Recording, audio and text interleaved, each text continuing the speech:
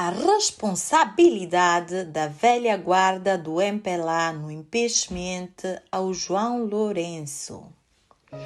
Pela primeira vez na história política do nosso país, estamos diante de um processo de destituição de um presidente da República. A incapacidade manifesta de poder responder com responsabilidade e seriedade às necessidades que o país apresenta, a par de um conjunto de violações à Constituição, levam o grupo parlamentar da UNITA, um grupo multipartidário integrando igualmente o Bloco Democrático e o PRAJA, reunidos na FPU, Frente Patriótica Unida, a desencadear este tipo de ação extrema com legitimidade constitucional. O clamor de socorro é diário e está patente em cada canto da geografia de Angola. Depois do roubo do corpo, do funeral da vergonha do pai dos manos e das manas dos santos, do sequestro das eleições através da compra dos juízes, especialmente de nomeações como a da juíza presidente do Tribunal Constitucional, da boa manutenção do Sr. Manico na presidência do CNE, o contrato a Vuvulai com a Indra. Depois de tudo isto, surgiu a guerra da Ucrânia. Esta guerra obrigou alguns países europeus a buscarem o nosso gás natural, petróleo, entre outros, como publicou o grupo de pressão Transport and Environment na sua edição de 25 deste mesmo mês, por estar a Europa de caras viradas para com a Rússia.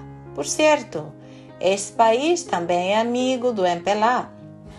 A novela é a seguinte: a Europa zangou-se com a Argélia, que abastecia de gás, por empanturrarem de euros o rei de Marrocos, para que surre e impeça a passagem sem quaisquer observação dos direitos humanos às pessoas migrantes subsaarianas que querem tentar a sorte em terras europeias, fugindo das desgraças também causadas pela própria Europa. O rei Mohammed de Marrocos, em troca destes favores, pediu o controlo absoluto do Saara Ocidental, ex-protetorado espanhol que a Argélia defende. Visto isto, a Argélia fechou a sua torneira de gás à Europa. Portanto, Angola acabou sendo, por ironia do destino, mas ainda por opção a Deng Xiaoping, aliado estratégico dos inimigos da China e Rússia, seus tradicionais amigos. Com todo este barulho, algum país europeu aproveitou a ocasião para cobrar os favores prestados a quando da batalha do corpo do pai dos manos e das manas dos santos, com o nosso petróleo e gás, deixando os nossos irmãos do MPLA em situação completamente constrangedora. O líder do MPLA tentou agradar a gregos e a troianos. Esta bipolaridade está a passar uma fatura impagável e completamente inassumível ao povo angolano, repercutida na subida exorbitante do preço dos combustíveis e, por consequência, impacta no mesmo sentido a todos aqueles produtos que necessitam do mesmo para serem transportados ou produzidos. O business dos motoqueiros, dos taxistas, entre outros, já não é rentável. O povo angolano ficou sem saber o que inventar para poder sobreviver. Os salários brilham por sua ausência. Lá na praça tudo está caro. Mesmo com 50 ou 100 mil kwanzas não se consegue comprar quase nada. Ainda bem que as crianças andam de férias, porque neste momento contam-se as famílias que poderiam responder aos gastos derivados da escolarização dos filhos e filhas. As manifestações dos jovens são silenciadas a disparos de mortes. Lá no Ambo, a greve dos motoqueiros terminou com a perda de 8 vidas de não manifestantes. Em Luanda e no resto do país, até hoje choramos vários mártires. Em memória, o Inocêncio de Matos, o menino Rufino, várias mulheres ungueiras. Enfim, o governo do MPLA não foi capaz de dar alguma explicação a nenhuma destas mortes. Nada estranho, porque tem demonstrado que as vidas dos angolanos e angolanas não lhe importa. Onde é que está aquele MPLA de jovens fortes, sonhadores de uma Angola livre, progressista, de um só povo e uma só nação? Onde é que estão aqueles mais velhos que nos inspiravam, que defendiam os ideais do bem comum e da redistribuição da riqueza? Se ainda sobra algum, por favor, façam algo antes que o MPLA acabe extinto no lixo da história. Todos vocês andaram com o malogrado engenheiro José Eduardo Santos. Hoje ostentam certas posições e riquezas graças a ele. Seguramente o engenheiro José Eduardo Santos não foi nenhum santo e cometeu muitos erros. Mas, sinceramente, como foi possível que os mais velhos do MPLA tenham permitido que fosse humilhado daquela maneira? Como é que os mais velhos do MPLA, os nacionalistas, que permitem que o povo continue a ser humilhado e oprimido desta forma? Caminhamos sem travão para um precipício. Terminem com esta insensibilidade. Façam o melhor que as vossas forças de inteligência ainda permitem. Contribuam para a solução. Façam-no por Angola. Respaldem, apoiem a iniciativa do Grupo Parlamentar da UNITA, pelo bem do país, pela preservação do nome do MPLA, pela salvaguarda da nossa grande pátria comum. Não permitam que um indivíduo motivado por desejos ocultos e de índole duvidosa arraste todo um país à deriva. São inúmeros os exemplos em África. Poucos ditadores terminaram bem.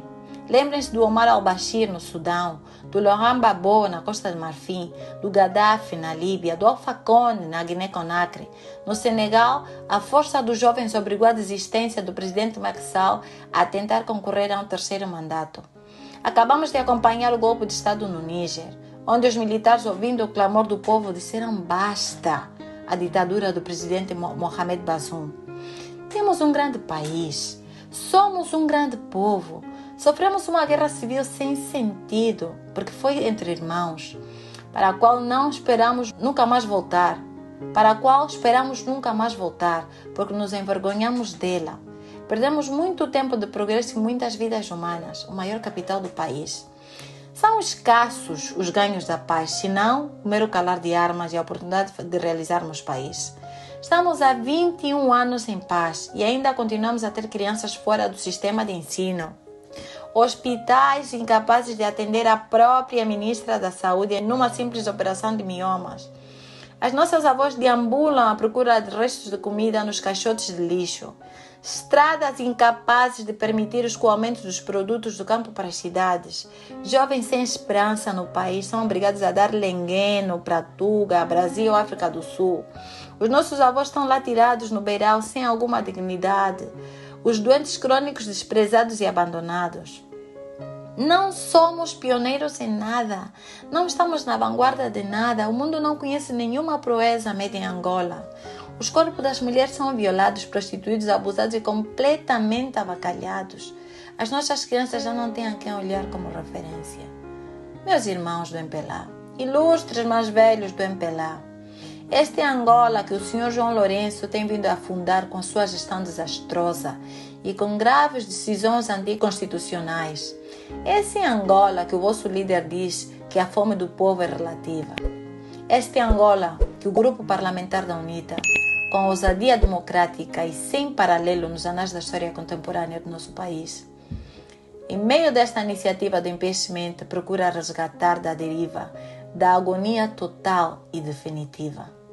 Cabe a vós, os militantes do MPLA, os juízes e as juízas da democratura, ditadura camuflada em processos eleitorais fraudulentos, os deputados e as deputadas, decidir que país querem para vocês mesmos, para os vossos filhos e filhas, netos e netas, e como querem ser lembrados pelo povo angolano.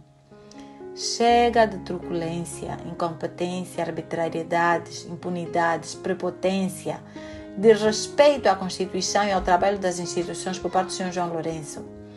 Se algum dia os caríssimos irmãos do MPLA acreditaram nos valores democráticos, amaram o povo angolano, por favor, atuem com sentido do dever, não do dever aos próprios bolsos ibaneses, porque está em causa o ser e não o ter.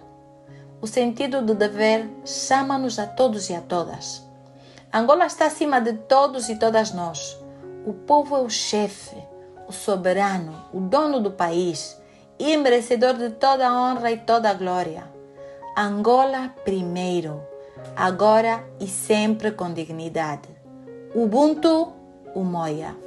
Por Hilária Vianek.